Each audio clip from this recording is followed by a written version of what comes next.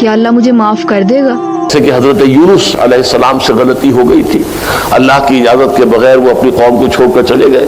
توبہ کرنے میں یہ ہے کہ یہ ضروری ہے کہ یہ بھی ہو، مطلب پکا ڈیسیزن، فائنل ڈیسیزن۔ السلام علیکم ورحمۃ اللہ وبرکاتہ۔ امید ہے کہ آپ سب خیر خیریت سے ہوں گے۔ آج کا ہمارا موضوع ہے گناہوں سے کیسے بچیں اور گناہوں سے نجات کیسے پائیں۔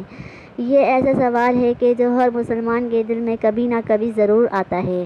اس ویڈیو میں ہم قرآن و سنت کی روشنی میں جائیں گے کہ گناہوں سے بچنے کا مؤثر طریقہ کیا ہے، سچی توبہ کیسے کی جائے اور کون سا عمل ہے جو انسان کو اللہ تعالیٰ کے قریب اور گناہوں سے دور رکھتا ہے۔ تو آئیں اللہ کا نام لے کر اپنا بیان شروع کرتے ہیں۔ بار بار گناہ ہو جاتا ہے تو بار بار توبہ کروں، کیا اللہ مجھے معاف کر دے گا؟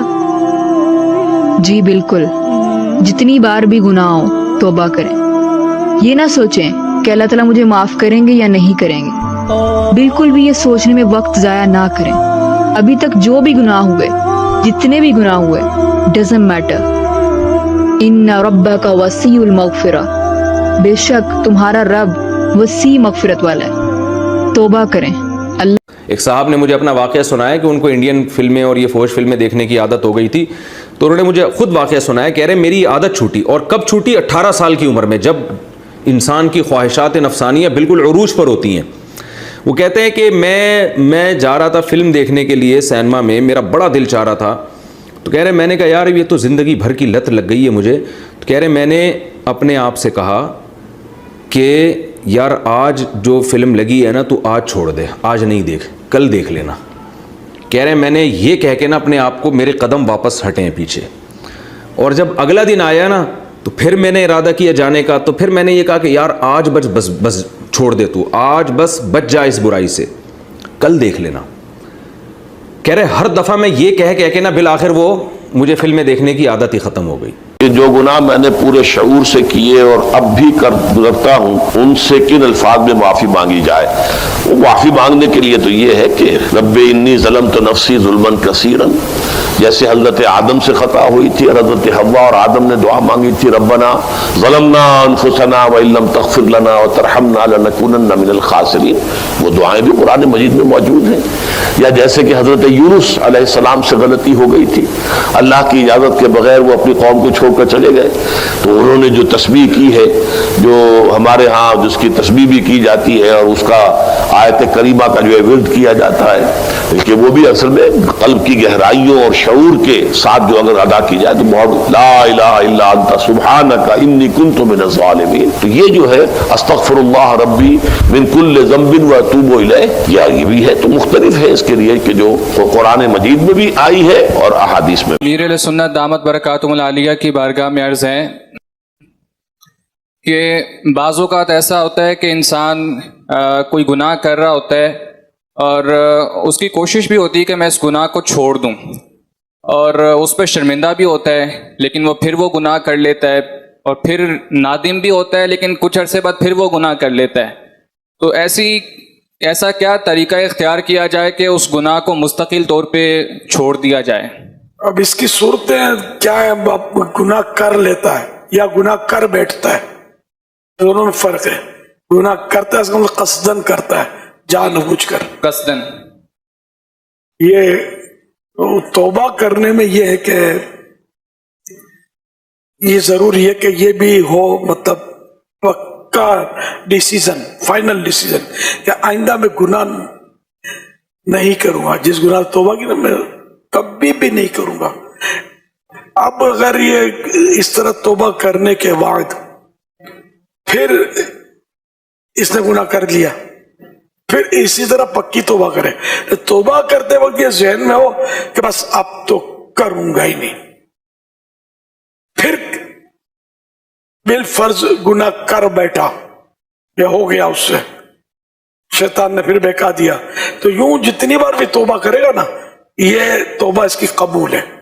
اور اگر توبہ کرتے وقت ہی ذہن میں یار بچنا تو میرے لیے ممکن نہیں ہے، میں کروں گا تو صحیح یار، اور جو توبہ کرے تو ایسا کہ جو गुनाह का इरादा मौजूद है, न गुनाह के इरादे से तौबा कर रहा है, तो ये अल्लाह पाक से मजाक मस्खरी कर रहा है। ये हदीस पाक में तो तौबा करते वक्त ये फाइनल डिसीजन हो, पक्का अज़्म हो कि मैं ये गुनाह नहीं करूंगा, तब ही तौबा उसकी कबूल होगी।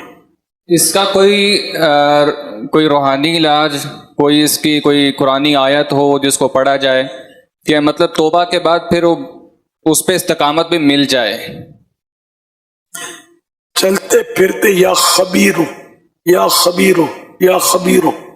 एक नौजवान ने अल्लामा तबारक को खत लिखा, कहा मैं अपने आप को गुनाहों से बचाने की कोशिश करता हूँ,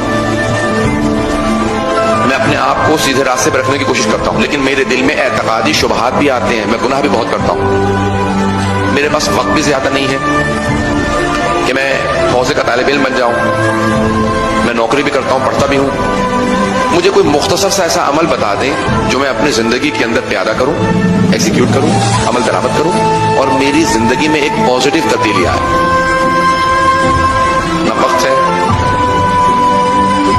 ना मेरे अंदर तलब है कि मैं बहुत ज्यादा मेहनत करूं अपने ऊपर, तो मैं ना कोई किताब पढ़ सकता हूं ना तब्दीली ला सकता हूं। तो आपने फरमाया कि अपनी सिर्फ वाजिबात की पाबंदी करो, अपनी नमाज़ें अदा करो और रात को सोने से पहले सूरह हश्र की तिलावत जरूर करो।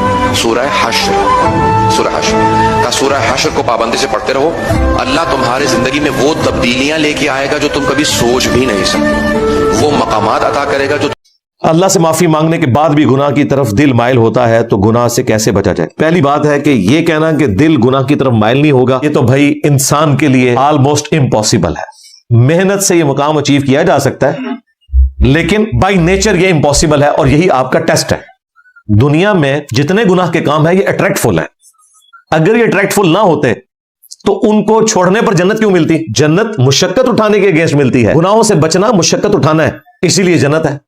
अगर गुनाह से इंसान को तबन नफरत होती, दिल उस तरह माइल ना होता, इंसान के लिए इम्तिहान भी खत्म हो जाता। बुखारी मुस्लिम दोनों में हदीस है, अल्लाह ताला ने जन्नत को नागवार चीजों से ढांपा हुआ है, दोज़ख को खुशनुमा चीजों से ढांपा हुआ है।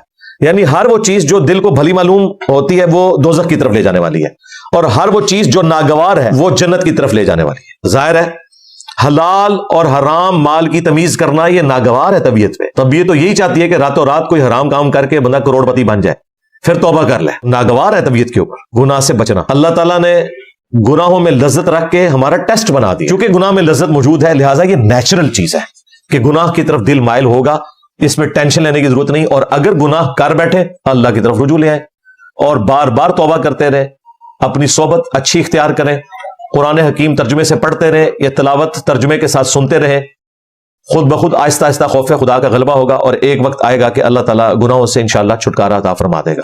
हाँ बिल्कुल, बड़े बड़े गुनाहों से तो बच जाएंगे। रहे बहुत छोटे गुनाह, उनके बारे में अल्लाह ताला कहता है कि हम वैसी गिरफ्त नहीं करेंगे अगर तुम बड़े गुनाहों से बच जाओ। सूरतुन निसा में, सूरतुन नज्म के अंदर, सूरतुन नहल के अंदर, अगर बड़े गुनाहों से बचोगे, इल्लल लमम, जो छोटे मोटे गुनाह हैं उनसे हम दरगुजर करेंगे। लेकिन जिनको अल्लाह छोटा कहता है वो वाले छोटे नहीं है जिनको आप छोटा समझ रहे हैं। हाँ, आपके इल्म में जितने भी गुनाह हैं वो सारे बड़े हैं।